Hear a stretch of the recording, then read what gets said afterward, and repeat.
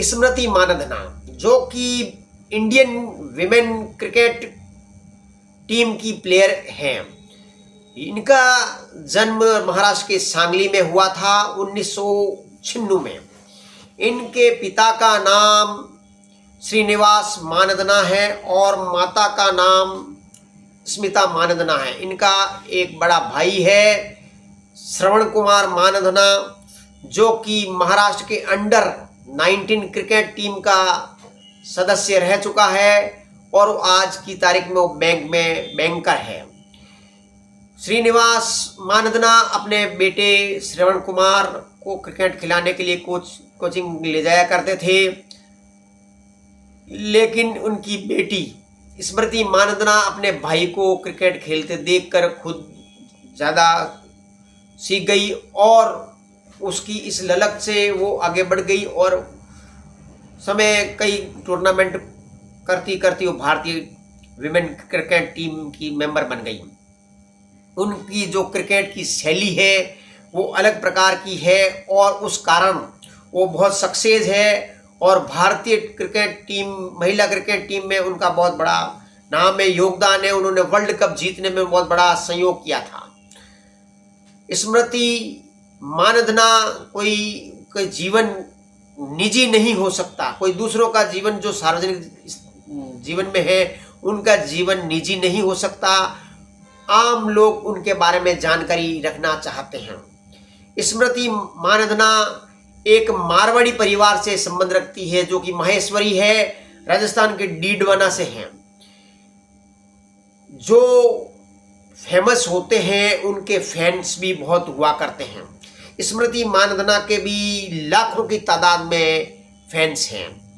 उसमें से एक म्यूजिक कंपोजर, फिल्मों के अंदर म्यूजिक दिया करते हैं, प्लेबैक म्यूजिक देने वाले कंपोजर हैं, जिसका नाम पलाश मुच्छल है। पलाश मुच्छल है जो इंदौर के रहने वाले हैं और बॉम्बे में रहते हैं, मुंबई में रहते हैं और मारवाड़ी परिवार से ताल्लुक़ रखते हैं और वो भी महेश्वरी हैं। इनका जब वर्ल्ड कप जीतने के पश्चात स्टेडियम के मैदान में सरेआम सभी लोगों के सामने पलाश मुच्छल ने स्मृति मानधना को प्रपोज किया था दोस्ती के लिए, अपने जीवन में आने के लिए, जो कि स्मृति मानधना ने स्वीकार कर लिया।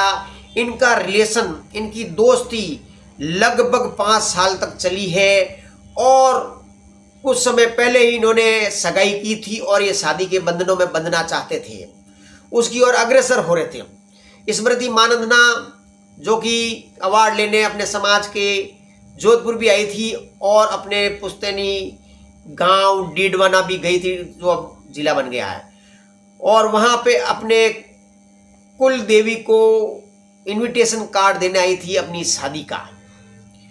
लेकिन अचानक एक ऐसा घटनाक्रम घुमा जिसके कारण ये शादी खत्म हो गई। ये क्या घटनाक्रम हुआ जो शादी खत्म हो गई, उसका कारण स्मृति मानधना ने बताया कि उनके पिता को हार्ट अटैक आया था, तो उनको मुंबई के हॉस्पिटल में हॉस्पिटलाइज किया गया था। उसके पश्चात उन्होंने कहा अपने पोस्ट में कि उनकी शादी पोस्टपोन हो गई है, उसके कारण उनके पिताजी हॉस्पिटल हैं और अभी वो शादी नहीं कर सकती। कुछ समय पश्चात उनकी फिर एक पोस्ट आई कि उन्होंने कहा कि वो अपने इस शादी के बंधनों में बंधना नहीं चाहती है, वो वापस अपने करियर की तरफ ध्यान देना चाहती है, वो भारत के लिए खेलना चाहती है। इस संबंध तोड़ने में, जो कि 5 साल रहा और वे शादी करने ही वाले थे, इनकी सगाई टूट गई।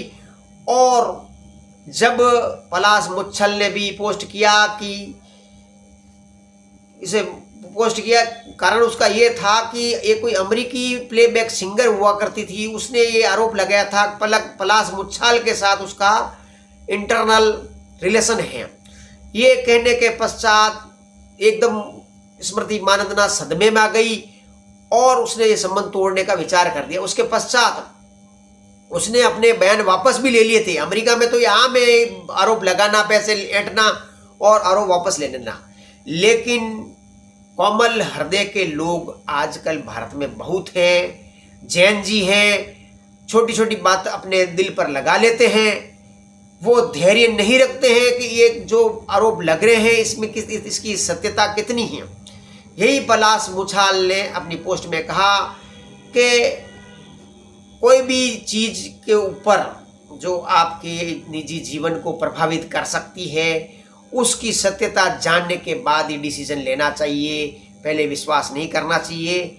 लेकिन पलाश मुच्छाल के सदमे के कारण उसको भी हॉस्पिटलाइज होना पड़ा। फिर बाद में वो वृंदावन के प्रेमानंद महाराज के आश्रम में चला गया और इस प्रकार अपनी पोस्ट में एक दूसरे को अनफॉलो कर दिया और जो भी उन्होंने अपने फोटोग्राफ्स मीडिया में, सोशल मीडिया में अपने पोस्ट में रख रखी थी उन्होंने हटा दिया और ये शादी टूट गई।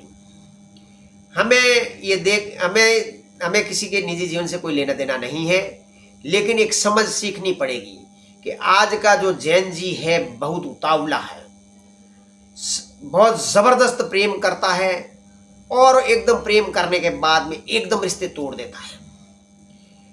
पुराने समय में आज से 10-15 साल पहले ही कोई भी प्यार होता था तो वो उसमें धैर्य होता था, उसमें प्यार में पावर होती थी। कोई भी आरोप लगाता था तो ऐसे संबंध ही तोड़े जाते थे। जिस प्रकार ये छोटी सी बातों पर संबंध तोड़े जा सकते